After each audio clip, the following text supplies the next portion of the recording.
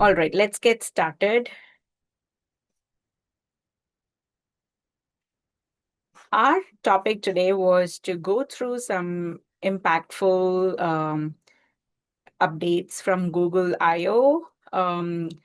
There were like a few things that I thought were very interesting, especially from the AI world and what that means for PMs. And then I want to show you a quick build. We ran a poll, and overwhelmingly people wanted to build an AI product coach. So I'm going to take a stab at it today with anti-gravity, which was one of the things that they launched, anti-gravity 2.0. Um, and and then I thought, while I was trying to picture through what I want to show you, I'm very like a Claude Code user. So then I said, why not do like a head-to-head comparison with Claude Code as well, and then have Claude Code running the same thing on another terminal, and then see what Claude Code produced, what anti-gravity produced, and then do a head-to-head comparison. So that's all what we have planned for today. That's a lot. So let's get going. Also, for anyone who doesn't know me, I'm Jyoti Nukula. I'm a senior director of product at DataRobot. I'm building the Agentic workforce platform. Prior to this, so I have about 13 and a half years of experience in the field of AI. I have worked across the stack, from applications to platform and infrastructure, and I have worked across modalities like computer vision, reinforcement learning, generative AI, and now agentic AI. And I have worked across companies like AWS, Meta, Etsy, Netflix, and now DataRobot. Um, yes, that's me. So let's get started. So basically, what we are seeing now is, like, before we get into like the whole feature list, like all the key things, I just want to sit with something that Sundar Pichai had basically said out aloud in Google I/O. Is we are now in the part of the AI cycle where people want to see value in the products they use every day. Like, it's now come to not just like niche, like, how many years before, especially in my early times, seeing a bounding box on a computer vision like a video was like super cool, but now that's no longer what people desire. That's important, but people are it's now bringing coming close to like, okay, how does this help me? What I want to integrate this into my workflow. I want to build my chief of staff. I want to build my product coach. And so that's where the industry is moving towards. So it's not just like a research demo or like someday kind of a preview. It is something that folks want to use in their everyday and find value. So there are 6 updates which caught my eye and I thought were pretty interesting that I want to share. And then I'll get into the building. So the first update is, it's been about 25 years since Google search. Um, and now you could search. I think search has gotten its biggest redesign where you could now search across text, across images, across files, across videos, and across all of the Chrome tabs as well, where you could say, hey, here is this image, now search for this image. Of course, there was this image search kind of a thing existing before, but it's a lot more multimodal, where I could give a video, or I could give a file and say, for this particular thing, I want to find something similar. So this is Google's biggest redesign of how search happens. The second, which is almost an open claw competitor, is Gemini Spark. This is Google's answer to OpenClaw. It's your 24/7 personal agent. It can take action on your behalf, and it runs in the background on your phone or laptop. So even if you switch it off, it still runs. If you guys are interested to see a demo of Gemini Spark head on head with Claw, um, give me a thumbs up and I will consider taking it up for a different session. So this is Again, built on anti-gravity platform, and then it checks in with you anytime it needs. So it's kind of putting that human in the loop to make it a little bit more safe and secure. The third update, which I thought was really interesting, is the Gemini Omni, where you can create anything from any input. So it's almost like multimodal, where you could generate and edit a video from a mix of like text, images, audio, and video. And you could just refine that video by just talking to it. So multimodal, in fact, I was one of the PMs when we launched multimodal for PyTorch. And that time it was just picking up. Multimodal was the libraries for multimodal were pretty early in the stages. And now we are seeing a flux of this multimodal capabilities coming through to the market as something that you could use. And what it genuinely changes for PMs is understanding how you interact with it. In terms like now users are expecting not just a text based or a video based, being able to combine modalities. I should be able to like give you a text, an image, and an audio and a video, and then generate a video file. And I should be able to use text to edit that file. Say, can you remove the ums? Can you remove this? Can you add? So it's a lot more natural language based. The fourth update is information agents. This again, I think, relates very closely to our first update, where these agents work in the background. These are information agents. They work in the background 24/7. You just have to tell it what you care about. Like say, let's say I'm booking a flight, and I can create an information agent and say, notify me anytime the flight price drops. This is the destination, like this is the flight I'm interested in. Notify me anytime it drops below a certain number, and then it could come back and alert me because it's monitoring continuously that page.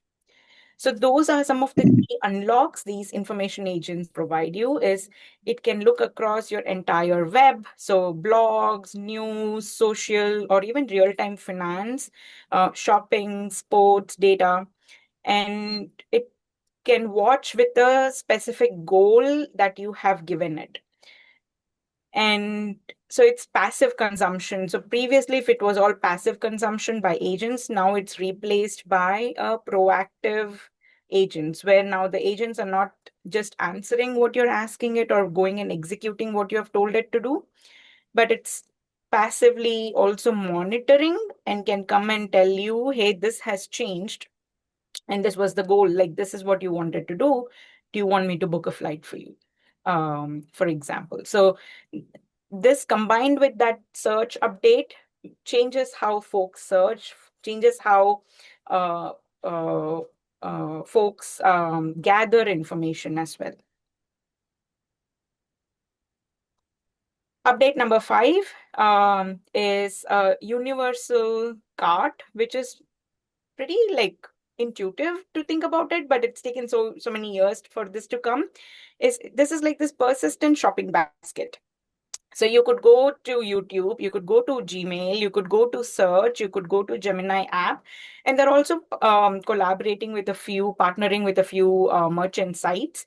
So wherever you go, it's the same cart that goes along with you. So it's like this omni-channel shopping, which was always the dream, but now it's happening in reality, where you have this universal global cart that you can take wherever you go. So obviously, auth becomes a big thing around how OAuth sharing happens across all of these apps. So that's the biggest technical unlock that's interesting to me from that update. And then the last one, of course, is the models. The models underneath it. So 3.5 Flash, delivers the intelligence, at least that's Google's claim. And today when we test it out, we will test out Flash. I will be using Flash, so we'll see how that pans out. And according to Google, it outperforms it 3.1 Pro on hard coding and agentic benchmarks.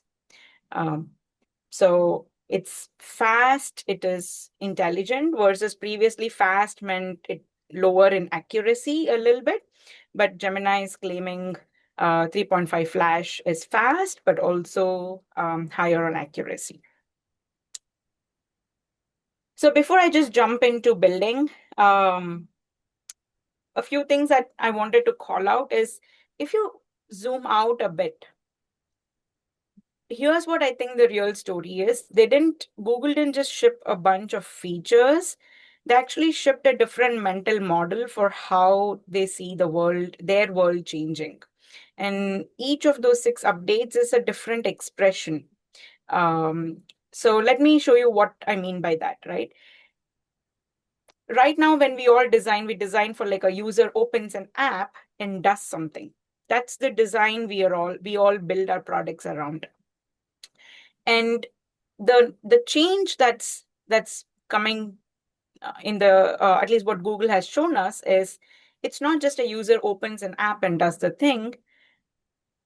There are agents running 24/7 across every surface that Google controls that help a user decide and act before a user even opens an app.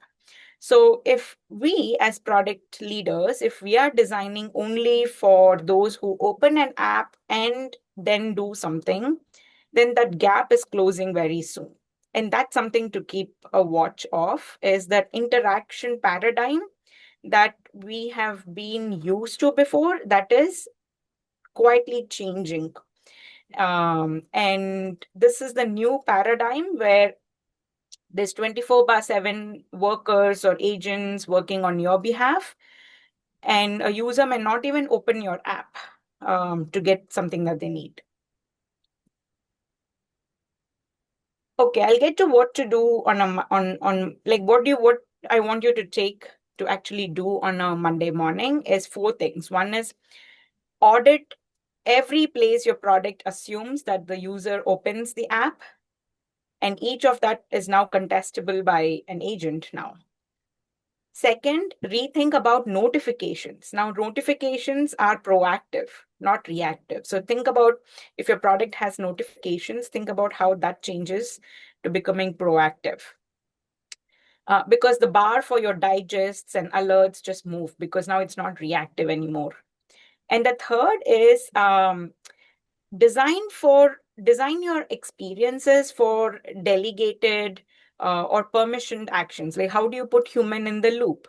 How do you decide what an agent is allowed to do, and where do you want to configure that? So think about the design experience of where that configuration happens. And fourth is, and which is the last one I want you to take, is stop treating that query box as the only way in for a users now, because now there's multimodal entry points, and there is also cross-surface entry point with that universal card going across. So these are the 4 key things that changes your approach for your products as you're designing new product development. With that said, I'll jump into building the AI product coach using anti-gravity. And then I'll also do a head-to-head comparison with Claude Code. So if you go to anti-gravity, download it. This is their desktop. Claude also has their own desktop. So this is Gemini's like anti-gravity desktop. They have projects, which is something even Claude has projects. One thing that I thought was interesting was Open IDE. So anti-gravity has an IDE product as well. So if I open IDE, it will open a separate IDE, which now means I have 2 things that I have to manage. One is the desktop and one is the IDE. And this is one of the things that I felt Claude did better is, for example, I do have a desktop, but when it needs an IDE, I like there's more separated in terms of I use the desktop for more specific things that don't need coding or that doesn't need access to my computer. Or maybe co-work I'll run there. But when I'm coding, I'll just come to one of my IDEs, like it could be Cursor, VS Code. In this case, I'm showing you VS Code and Cloud Code in it. And I'll start building right here, and I can see my files right here. And as I build, you will see that. But with anti-gravity, I can build here, but I won't see my files here. Then I have to open up my IDE, this anti-gravity IDE, to see the files, which I felt is like a little jarring from experience wise. Go ahead, Rajesh. Hey, Jyoti. Just a couple of questions, right? So one is more of a comment, though. Google has been coming up with these products, like, so many products. It gets very confusing, right? So first they had Bart, and then they had Gemini, then they had Gemini Spark, and now they have this Google Integrity. They also have Notebook LM. They have the Google AI Studio. And then, of course, they have the Vertex AI for enterprise. So it gets really confusing with Google, portfolio of products. Like, okay, as a user, as an individual, where do you start? So I just recently coded something using Google AI Studio. And then, of course, before that, there is Stitch with Google.com, where, Yeah. you can actually design something. So I did that two-step process, design something right in my PRD using Notebook LM, generate a PRD, feed it to Yeah. stitch.google with google.com to generate UI, and then from there build a product using Google AI Studio. So what I think maybe it will be helpful if you can start with like why anti-gravity versus all these other products. Yeah. Yeah. Um, so here's the thing, right? That's the reason I'm doing a head-to-head comparison now to show you that if you are a Google shop, so here's the thing, there's two nuances to it. As a consumer, there is no difference for you between one versus the other. You could start one depending on where which ecosystem you're comfortable with. But if you're working at a workplace and this is for a workplace, then it is determined by who your workplace is configured to. Like I can't suddenly use anti-gravity for my work when I'm probably a Claude ecosystem or a AWS ecosystem, right? So that's the other play to what's happening. And everybody is trying to get to the same pie, right? So what folks have realized is that coding agents are where ROI has been shown from product market fit for AI use cases. One of like there's always a question on where is the ROI, and ROI has shown through in coding agents as coding assistants. So now everybody is trying to scoop that same pie, and that's what this is Google's version of. So they launched first Jules, which is more like a vibe coded way. Jules, Jules, Jules, yeah. So that's their vibe coded way to build something. Oh, okay. And it it took off, but didn't really take off as much as they were expecting. And with all this Claude code and codecs now coming in, now Google needs a sufficient entry point, like a similar entry point as an answer to those. Jules is not the answer for that because that was designed for more non-technical folks, more vibe coded versus a heavy harness tool like your Claude Code or Codex. So now they upgraded anti-gravity to become that. So I'll show And you when I started, you'll see there's like background agents, you can run schedule tasks, all of those things that other surfaces can't do. But these are things that Claude Code or Codex already like some of the features they have. okay. So I mean, I know they also have Google Colab, right? But what's the difference then between Google Anti-Gravity versus AI Studio? Yeah. AI Studio, they still have they have that as an umbrella, right? Now, anti-gravity is specifically for like this is a desktop where you download it onto your desktop. You can run a bunch of things, like schedule tasks. It can go fetch things from your laptop that Google AI Studio will not have access to. So this is their IDE answer. This is the Got it. answer to does Google have its own IDE? This is the answer for that. This is like their Okay. AI code editor. And Got it. Claude took a different route. Claude said, I am not going to build an IDE. I'm just going to plug in to whichever IDE you have, Yeah. which I thought is pretty smart. And I recall when this was happening, I was at Netflix and we were actually evaluating AI coding agents. And one of the things that I was talking to Anthropic partners and I was asking them, are you going to build your own IDE? And they were like, no, that doesn't make any sense. We are just going to integrate with wherever IDEs you are. And I thought that was super smart in terms of getting people to not shift. Because now anti-gravity is going to find that difficult to get people to first use anti-gravity as an IDE to develop versus if I'm used to Cursor or VS Code, just plugging in there. So that's a strategic um, difference, which actually is playing out in how the product is perceived. Okay, let's get started on anti-gravity. Did I answer your question, Rajesh? Okay.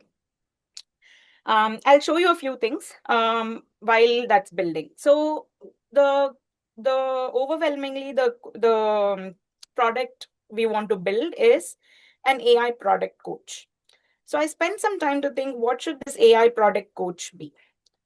And I thought, how about if I give a strategy, I build my own team of AI advisors. So maybe one persona is like Steve Jobs, the other persona is like Jeff Bezos, the other persona is like Reid Hoffman. And any strategy that I build or any product strategy I write, I want these three personas, my advisors, to look at it and tell what works well, what doesn't work well, what did I miss, and challenge my assumptions. So I thought that could be an interesting product that we could build.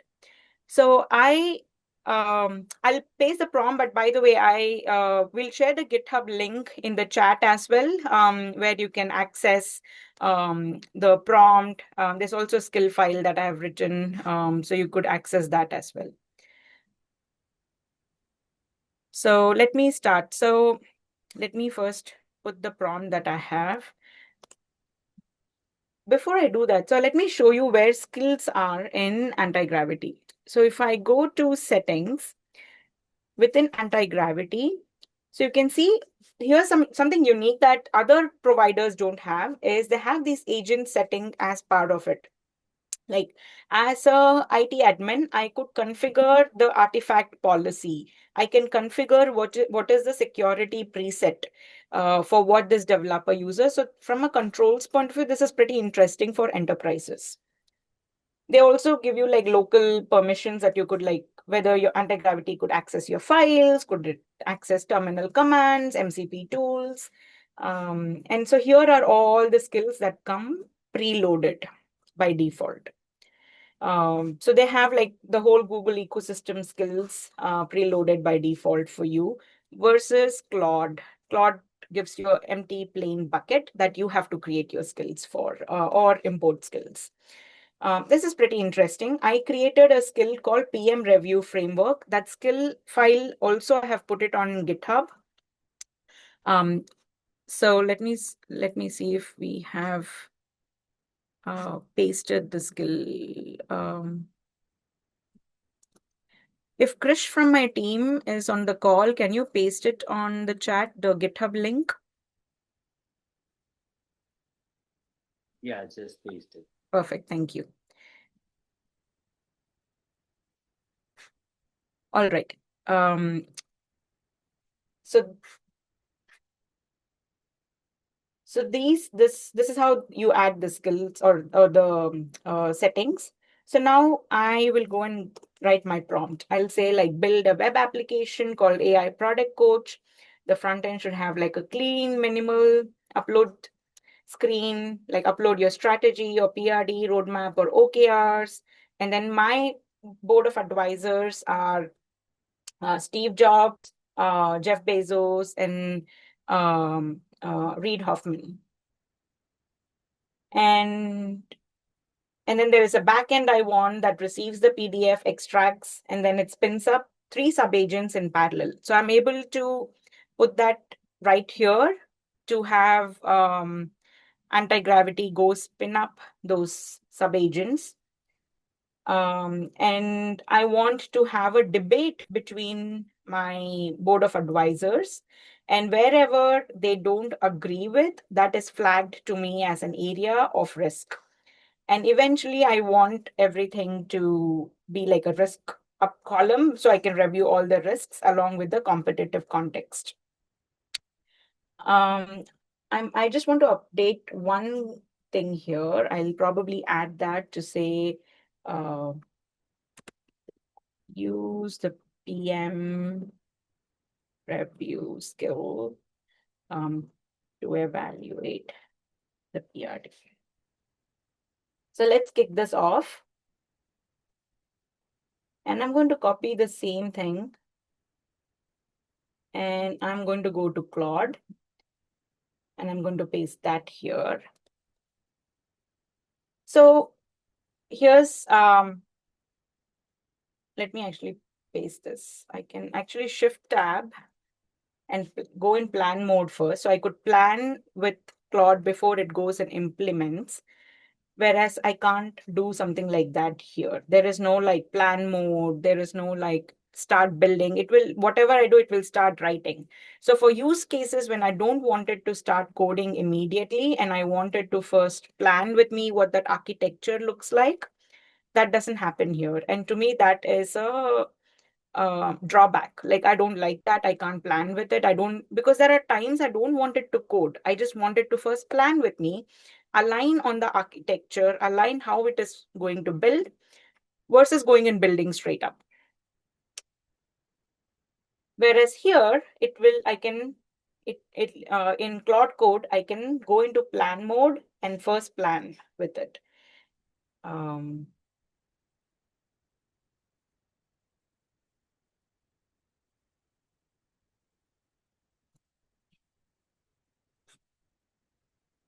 Ipsita?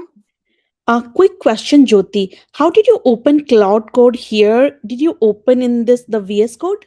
Yeah, I opened it in VS Code. I can do a separate like Claude Code session if folks are interested. I realized I didn't put the skill for Claude. So let me quickly put the skill.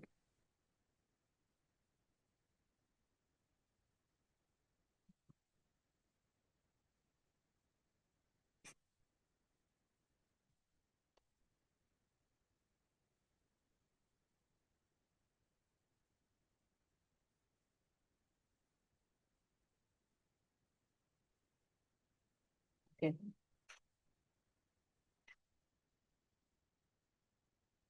So let's see what it's going to do here. It must, here it's still, it started working on it. Now you can see how I can't see what files it is building unless I open that IDE. But here I can see any files that it will build. So I added that review skill here directly.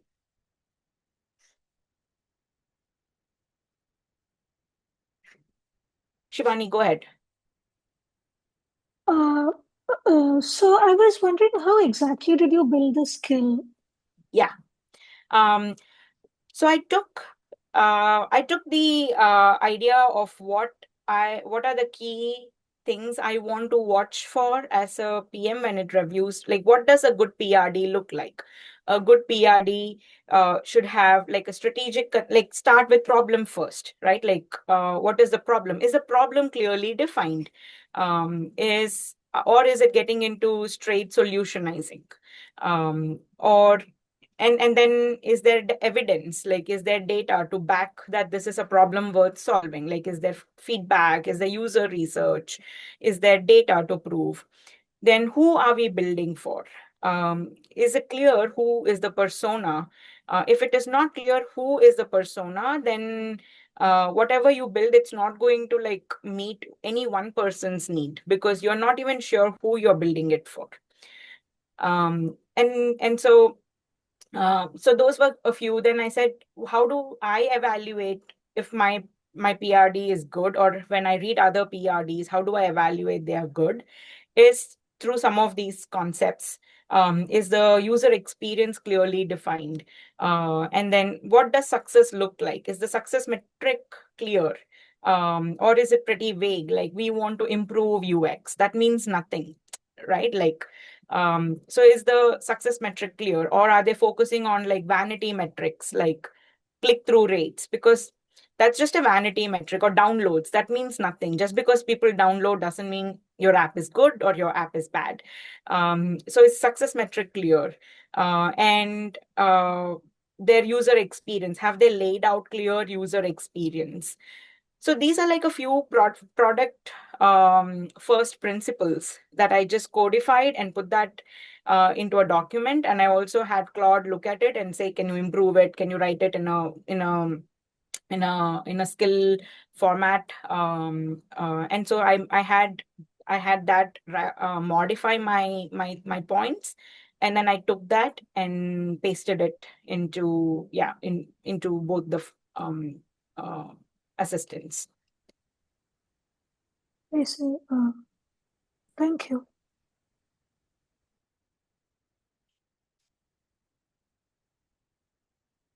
While it's going on, Jyoti, Yeah. just a quick question on the previous things that you touched upon. So you were talking about the learnings from Google I/O. You mentioned about universal card and information agents. Are those all part of Google Spark, or sorry, Gemini Spark, or is it something Yeah, different? yeah, Gemini. No, information agents are not part of Gemini Spark, although you can build information agents through Gemini Spark. But I'll show you here how background agents will run even over here, like 24/7 agents that will run. I guess my question was, how do I access those or use those in Google Yeah, environment? yeah. You can build those through Spark Okay. or through anti-gravity. Okay. Uh, yeah. Yeah. Thanks. So looks like it has been, so you can see how it never discussed with me what the plan was. Whereas here I'm still in plan mode. I don't know why the write failed here. But it's working, so I'll let it work.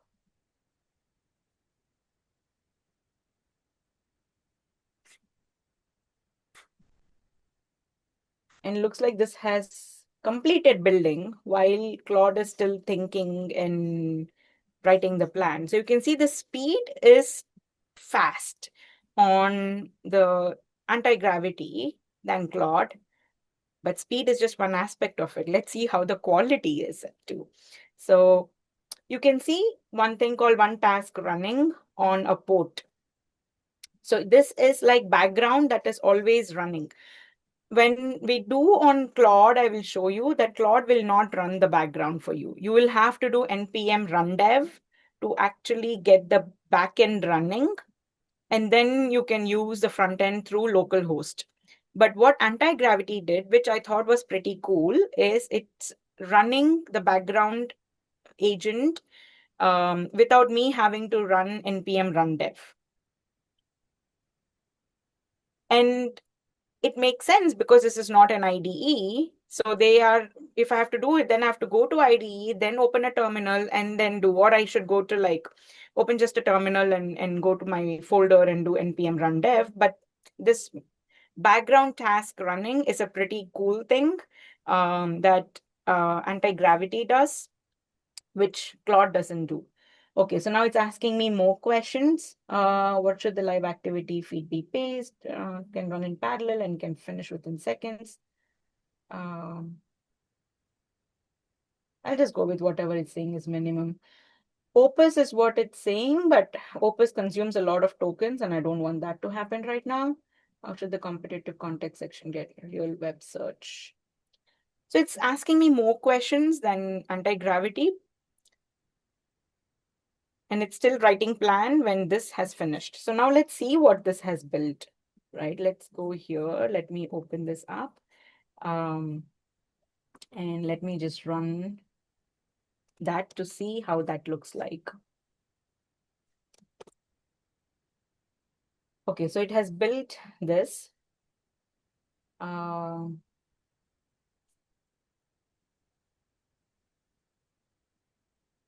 thought I did set my API key.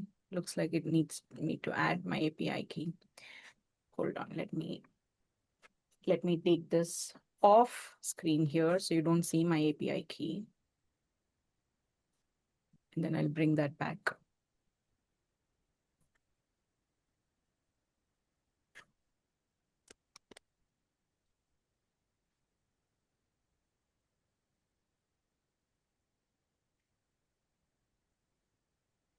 Okay. So this is what it had built. So if I click on upload PDF, there's a mock PRD I have written. Okay, so it's like, here are the three. Here's like the questions that they're discussing. Steve Jobs is asking, read something. And so I can see the discussion that they had across between Steve, Jeff, and Reed. And so I'll show you the PRD that I put together. That was pretty straightforward, nothing major.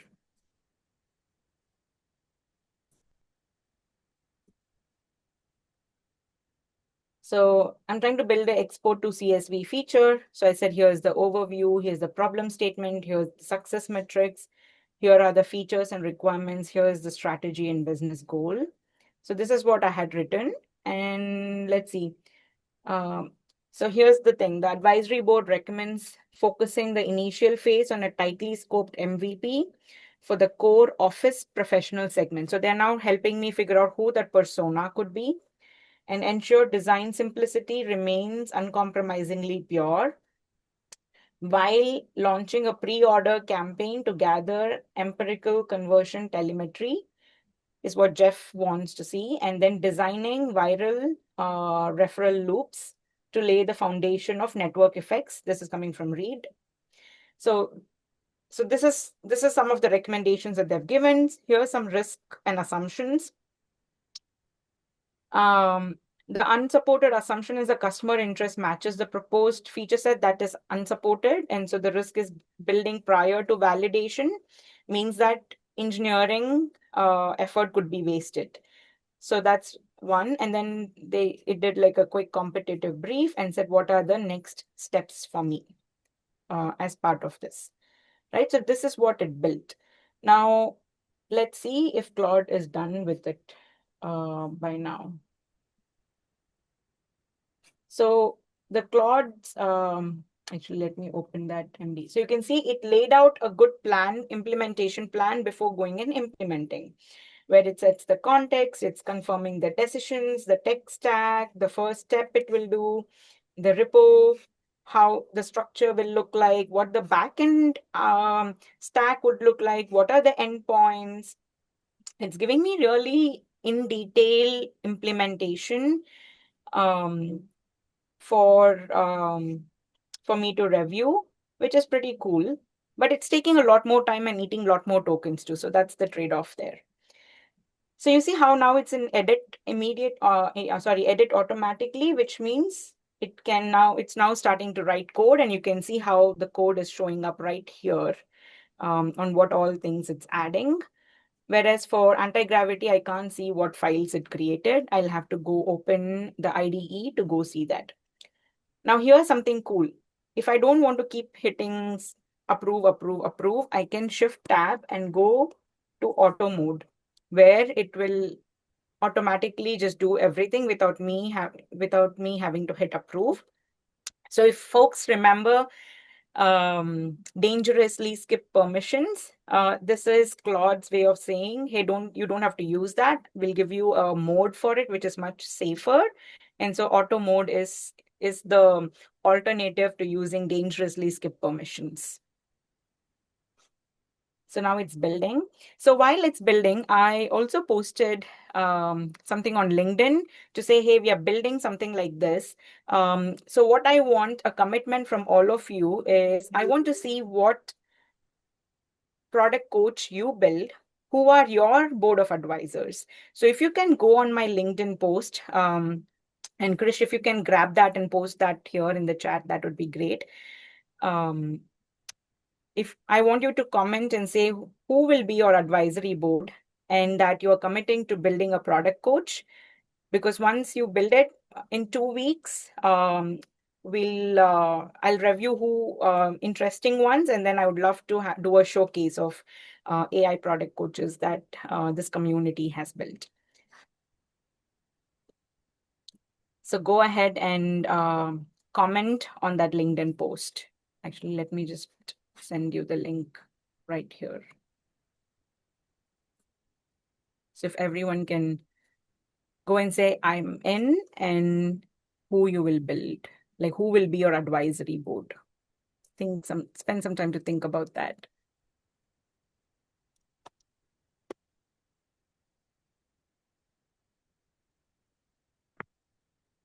And the advisory board could be even a personal board of directors for life, right? One for work, one for life. Yeah. I would love to see you. I would love to see who all you come up with as advisory board. So please do go and comment on that post.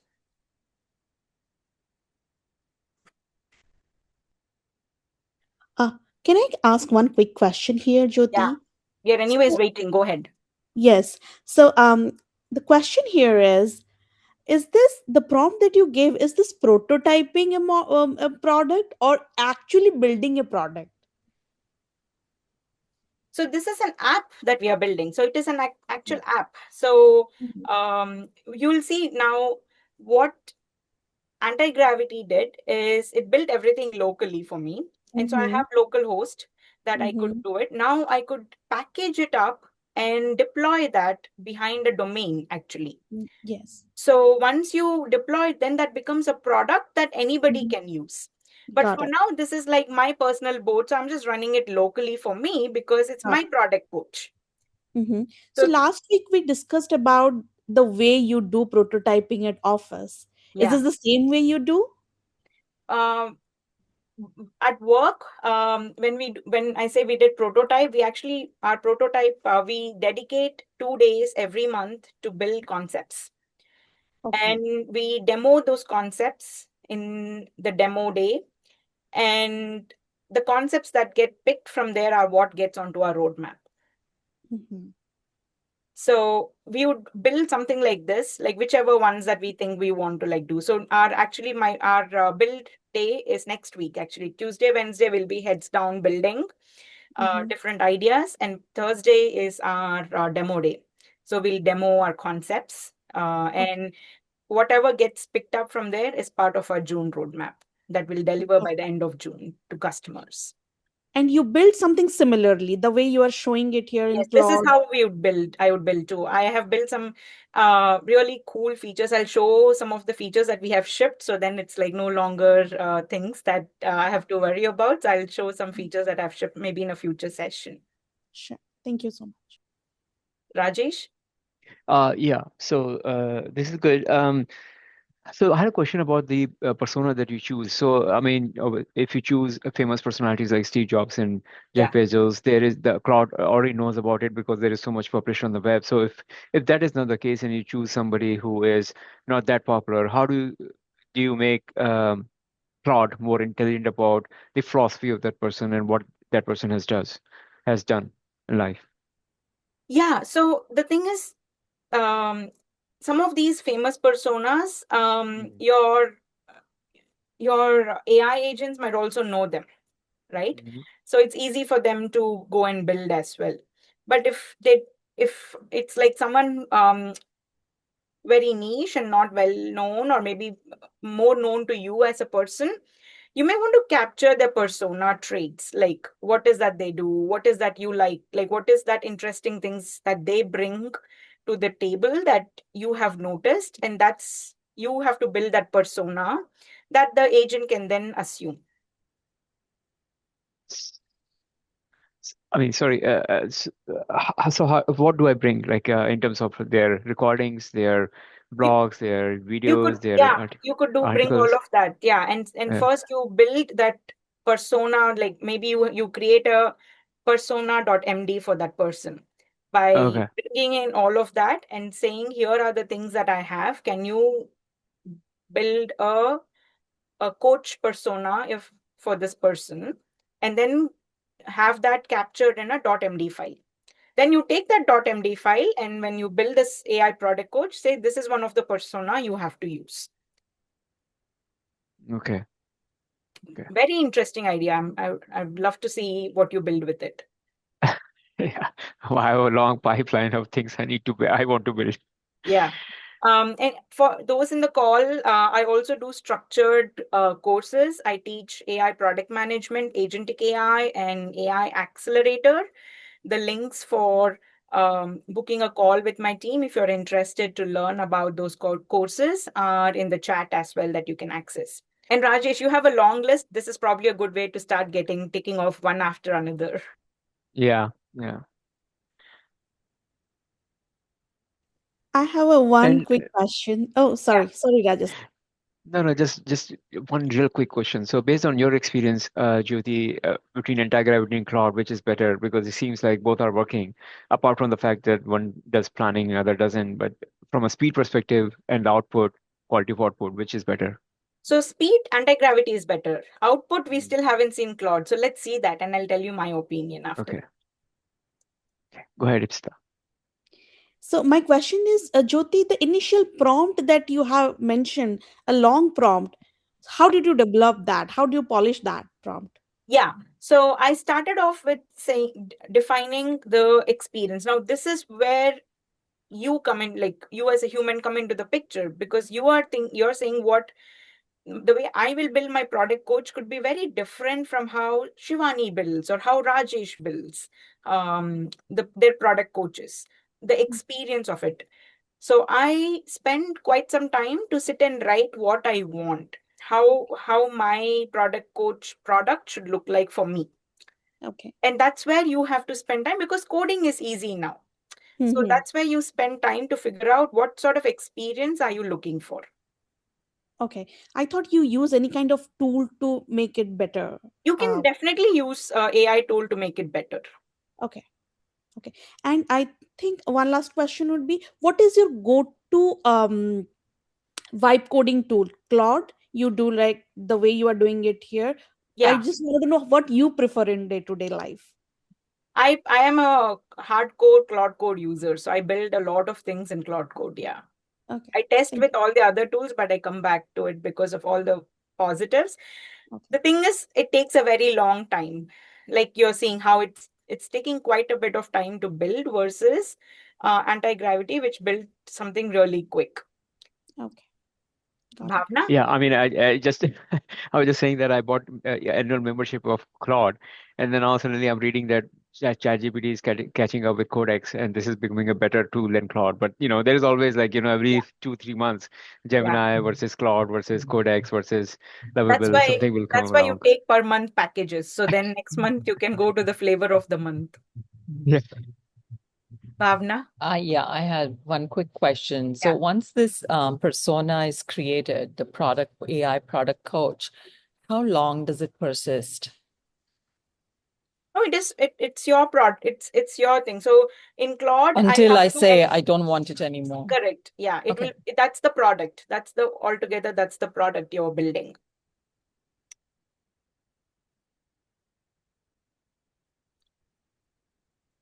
So can I see who you would think as your advisory boards? Can I have you all comment on the post? I would want to read and see who would you build with an advisory board.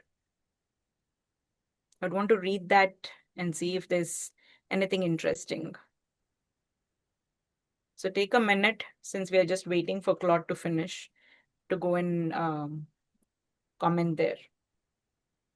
Um, Uh, while we are waiting, Jyoti, just one thing that I think I've talked to a lot of people they struggle with is like, okay, fine, you can build all these applications, but publishing it can be a little bit of challenge, right? Because the way maybe Vercel does it is different versus Lovable because they all have their own sort of environment. But if you are looking at Claude or maybe some other AI tool, then they would ask you for domain name and all that information. So maybe it would be helpful if you can do a class on like session on publishing Yeah, these tools in a secure way because you have to think about authentication and metrics and observability yeah. and whatnot. I So think that's great. I can actually think of two sessions for it. One session is more for your prototype where it's like you're building something and it's just quick hack you want it behind an endpoint and you want to do it. But building for enterprises is altogether different from a security mm. level, governance level, policy levels. So I'll definitely put a session on how do you build enterprise ready prototypes to production use case. I'll do. Even if you are like building something as an individual for consumers, you Yeah, still want it to be safe, right? yeah, yeah. Let I have a quick things. Yeah, question. So, is this the Claude Pro plan is enough? I Or am do you on the need? pro plan. Yeah, yeah, Yeah, okay. So yeah. it's that big one, the max is not really needed to do this. Depends. So that's the thing, right? How much you want to code is what Mm-hmm. determines.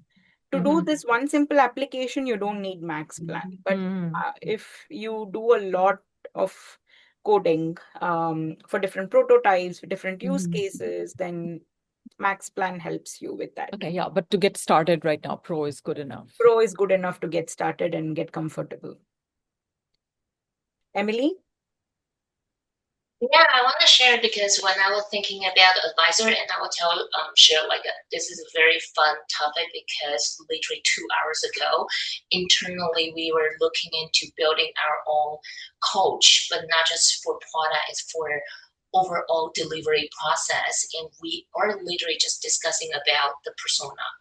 And so there are some thoughts around it. And I know in your example, you're putting up some of more well-known. And as the Yeah. first question, get like, okay, how do you build your persona? And if you're looking into, if you're thinking about, Jeff and those like more known people, it's probably easier to build. But when I was thinking about who I want to put it on my board, I was thinking about more real life case. Like I'm gonna put the people in my, AI governance. I also used to work in the Meta and the responsible AI. So I'm like, okay, this is a group of people I want to put, or a certain kind of because I right now looking to public space. So I want to look into people in the policy, and I actually don't have someone out of my mind right away, like a traditional celebrity that you want to put, right? And so that actually take me longer to think through if I want to put the people that can help me to think through in the public policy sector, in the enterprise internal sector, who that will be, and or if there's no one kind of celebrity, how should I build up a fake persona to represent what it can be? So that's where I think I want to write something to share that I only like it for now. Then I'll say, okay, how should I put it? And maybe to get some from your mind as well. If this is like a fractional goal, like I know if it's regular one, if I'm thinking about product mastery, I will say it's Lenny, it's Teresa. But if I want to go into my work tomorrow, I want to use it. I want to that specific area see me that I can use, but that doesn't have a celebrity profile. What would you suggest to start with? Yeah, so why don't you take the material that there's like videos, there is probably blog posts, there is podcasts. Take all of those and first feed it to create a persona profile for that person. And then take that persona profile and then go and say, here are my persona profiles. Name your persona profile. That could be a Lenny persona profile, a Claire persona profile, and then add them to have your coding assistant to use these persona profiles as part of your board of advisory.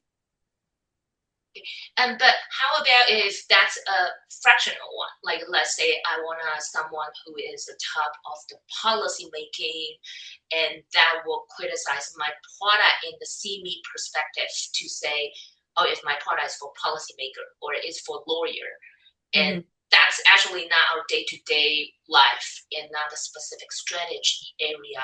How would you approach to I build? think that's where you have to do some research to figure out one persona or one person in the top policy who is a top policy maker, for example, that you want this to become a profile of, or at least a few traits. Like, it That doesn't makes have to sense. be one. Yeah, like mix it up and create your own, like, I like this of this person, I like this of this person, I like this of this person. So create one for like your own hybrid persona at that point.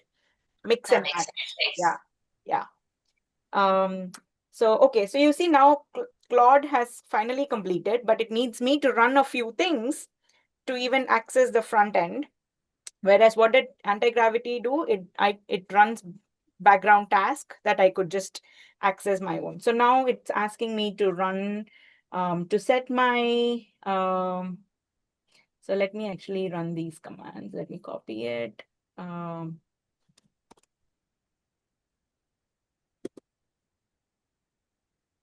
okay. Let me do this. I'm already in that. So let me run this again. Did it set an environment variable? And then I should say,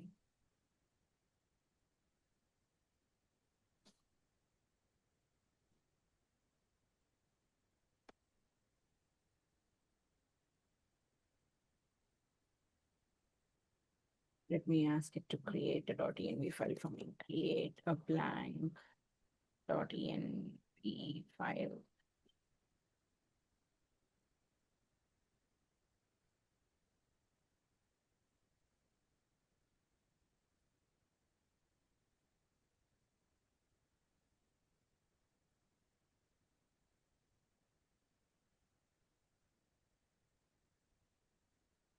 Okay. There is one that's created in .env, and I just have to add my key. So let me do that in a second. So for any of you who are not, who have not used API keys, those are like your passwords. So don't ever share your API keys with anybody, which is also the reason why I'm bringing that out aside so that I can add my own key.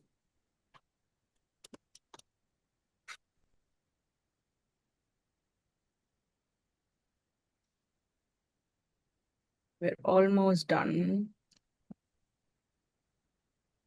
Okay, I've gotten it back.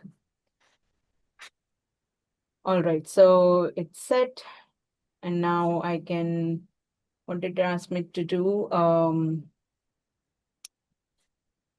.env is set. Can you run? And it asked me to do a bunch of things. npm run install set, and so I can just do npm run dev. So let me, maybe that's what it's going to tell me to do. No, both servers. Okay, it's doing the npm run dev. Well, almost done. And then there is a local host. Let me open that up once this is done. Both servers are up. Let me run. Okay. Let me run this and see what it built. Okay, it built, you see a very different use, like a visual. Let me upload the same. So it's giving me a lot more like information in terms of what step it is, who is reviewing and who is challenging. Versus this one didn't do that. It straight went into showing. Whereas this has like, it's more interactive. It's showing me it's processing and tick marks.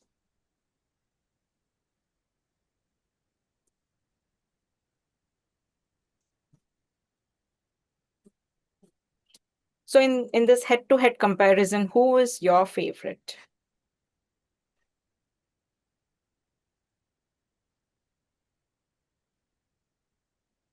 Sorry, when you In this say head-to-head comparison, who's your favorite in terms of anti-gravity or Claude Code?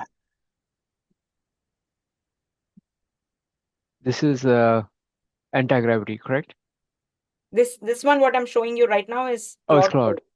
Code. Okay. This was anti-gravity. I I think think the Claude Cloud Code. Code. Yeah. I think just by looking at it, I mean, I have I to see think the for me, output. it's Claude because as a product right now, Claude has really done some really No, good things. let's I not think, go into what they have done, just based on yeah, what okay. you're seeing. Yeah, let's just Claude, Yeah. Claude. I why? think I like the whole planning thing, the plan mode that Claude has that anti-gravity Yeah, doesn't have. yeah. And also But for I me, I think, like this whole interactive, like how it is actually doing it versus just dumping the whole thing one at a time, like the whole thing. And then it's showing me the conviction. Yeah, Steve yeah. Jobs is okay. giving me 2 out of 10 for my PRD, whereas and Jeff Bezos and Reed just gave me 1 out of 10. And then the board meets and see, let's be honest about what this is. It's a Jira ticket wearing a trench coat. Yeah, the presentation layer is also much better with Better, Claude than yeah. with the Antigo. So now the question comes, when would you use anti-gravity? When would you use Claude? I mean, right off the bat, like if you have to do planning, then you would prefer Claude. But if you just want to like build something quickly and you don't have to do a lot of planning in advance, then you would probably use anti-gravity. Yeah. So here's how I would think, right? Quick and dirty doesn't matter. Like you just are like trying to like vet out how does this even look like. Anti-gravity will be up and running within a few minutes. When you want to flesh it out, you're actually taking it in front of customers. You're actually going to probably take this and deploy this into enterprise. Cloud Code does much better there. It takes time, but the quality is coming out well. Anti-gravity is doing fast, and the quality is also equivalently fast, right? And with that, we come to the end of our session today. I will see you all next Friday, same time. And for anyone who's interested in a structured class, we've pasted the links to book a call with my team to learn about the classes. This video will also be uploaded in YouTube as a like this is recorded, so it will be uploaded in YouTube, and the link is as well posted in the chat for you to subscribe. Rajesh, go ahead. Yeah, thank you for this session, Jyoti. So, last question. So, this is one thing I've observed that every vibe coding tool tends to have their own color schema, right? So, Claude has this light background, Google AI and Anti-Gravity now has this dark background. So, like, how do you control the color schema so your app actually looks different? Yeah, you can actually tell it what library patterns to use. You could say, hey, use shared CNN, not CNN, shared CN library elements for front end. Or you could say, I want it in these colors and these, this is my, like I can give my brand guidelines and say, use these highlights, these background colors, and it will build it in that. So you could do that. I just didn't do that for this session, but you could absolutely customize. Okay. Okay. Thank you. Thank you everyone for joining us. Next week it'll be a Q&A where it'll just be question and answers where we can talk about any questions you have in the field of AI. And I will see you all next Friday. Bye everyone.